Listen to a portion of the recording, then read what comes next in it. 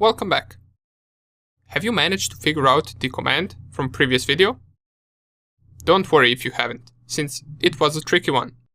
Let us see what the solution is.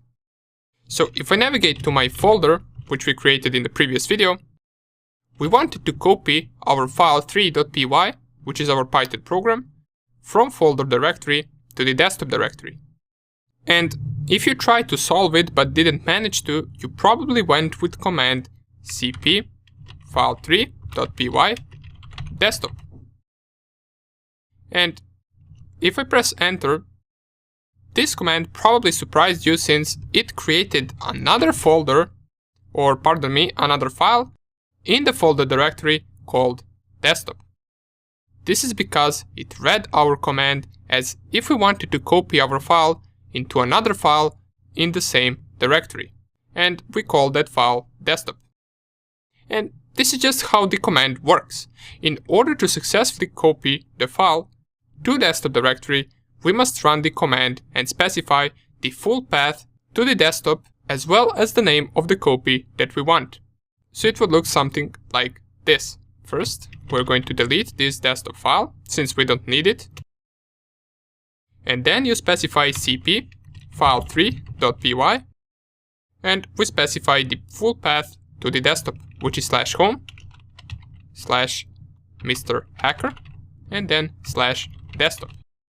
After it, we also want to specify slash and type here the name that we want our copy to have. So let's just call it our copy.py. We add the .py since it is a Python program. Press enter and you will see right away on the desktop we got our copy.py. Now that we got that figured out, let us talk about a few network commands that we will use a lot throughout this course. The most important command we already know is ifconfig. We use ifconfig command to get our IP address, and what the output of this command is all the network interfaces as well as IP addresses corresponding to those interfaces. If I run ifconfig, we get command not found, so we must run sudo ifconfig, press enter, then we enter our password, and here I have a few interfaces. So let me enlarge the terminal so we can see entire command. Let's just fully enlarge it and run the command once again. And by the way, you can navigate to the previous commands using upper and lower arrow. So I can navigate between all the commands that I ran previously, and here is sudo ifconfig. And this is the output of my ifconfig command. For you, this will probably be different. Here I have ETH0 interface, which is my cable connection, and it has an IP address of 192.168.1.12. And I can also see the loopback interface, which is this LO, which all of us should have, and it will be an IP address of 127.0.0.1, which is also a localhost IP. For this course, we will usually be interested in this ETH0 IP address. If you have another interface called differently, that is also fine. You could have a different named interface if you, for example, are connecting over Wi-Fi. This IP address that we get right here is called local IP address, which means it only works inside of our network to communicate with other devices that are also inside of our network. There is also something called public IP address, which we're going to talk about later in the course. For now, just remember that ifconfig outputs local IP address as well as our network interfaces. Another thing we can get from ifconfig is our MAC address for a specific interface. So for the ETH0 interface, here is my MAC address. And what MAC address is a unique identifier for every device, unlike local IP addresses that could be the same in different networks. For example, it is a great possibility that you also have the IP address starting with 192.168.1. while the MAC address is unique for every device in the world. And in case you're new to all of this and don't have much previous experience with MAC addresses and IP addresses, you might be asking, why do we need both of them?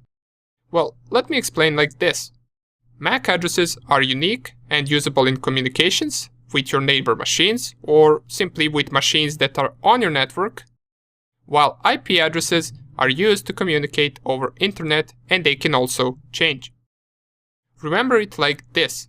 MAC address tells you who you are. IP address tells you where you are. So that is the ifconfig command. And now that I think of this ifconfig command, there is one more important command that I didn't show you and that you will use a lot, which is sudo. Remember, we used it with ifconfig. Now, sudo is not a part of the ifconfig command, it is just a command that we use once we want to execute something as a root user. And just to remind you, a root user is something like an administrator. It has highest privileges above all other users. With root user, you can execute any commands that you want. For example, once we ran this ifconfig command, it told us command doesn't exist. If I just type once again, ifconfig, it will say command not found. But after using sudo ifconfig, we managed to execute it.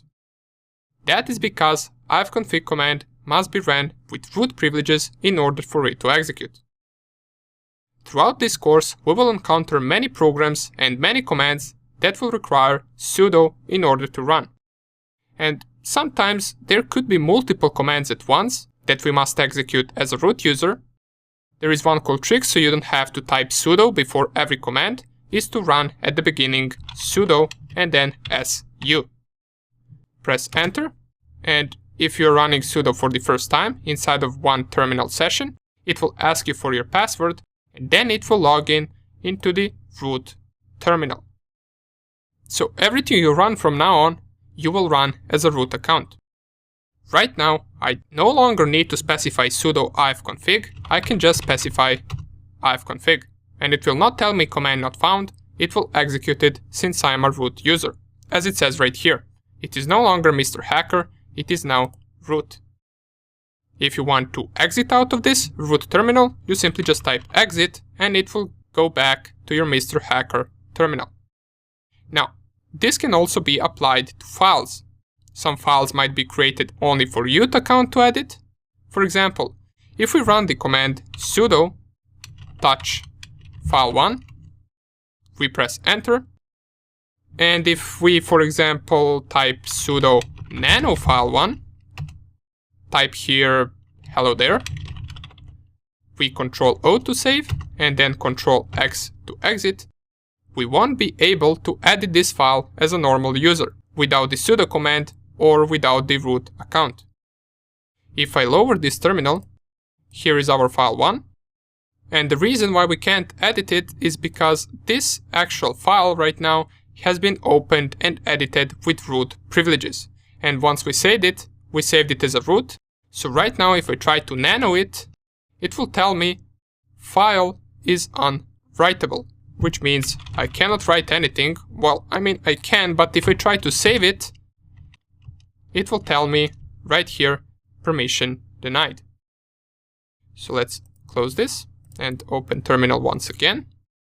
However, if we go as a root account, sudo nano file1, and we type our password, now we can type anything we want.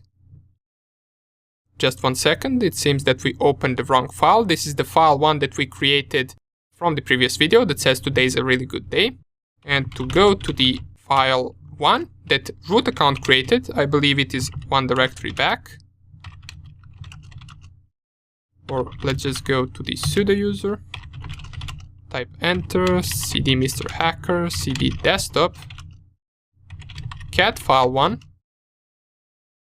Never mind, since we can't really find it, let us just create another file. Just make sure you go to the root account of the terminal and then type nano test file.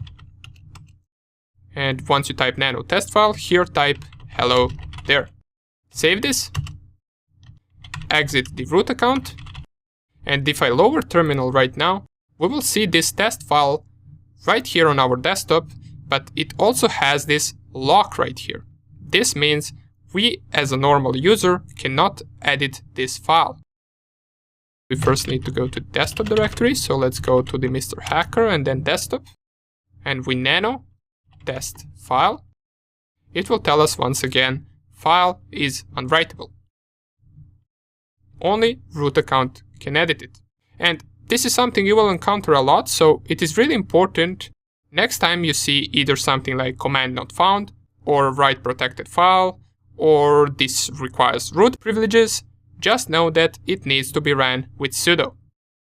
Alrighty, so with this, we finished our small crash course for Linux, and I would advise you to practice a little bit with the commands we learned, and also explore Kali Linux operating system a little bit. Go to different directories, see what it all has, but be careful not to delete some important files. Okay, now we are ready to finally go into the process of penetration testing. Hopefully you are excited, since this is where the fun starts. Let us see how to perform the first phase, which is information gathering. See you there.